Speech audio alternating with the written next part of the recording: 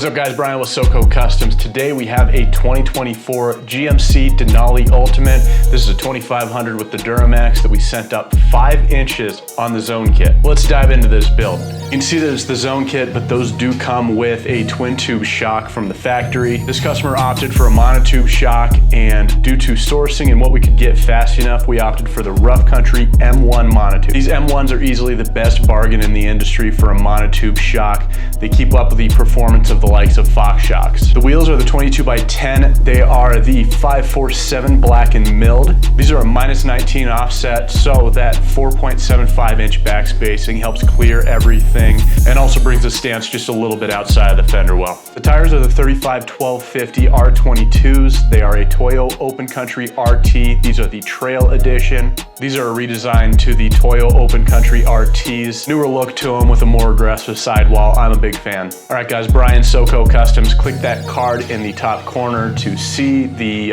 walk around of the interior of this vehicle back when it was stock. Check out what we did. Give this video a thumbs up, give us a subscribe, give us a follow on the other platforms, and we'll talk to you in the next video.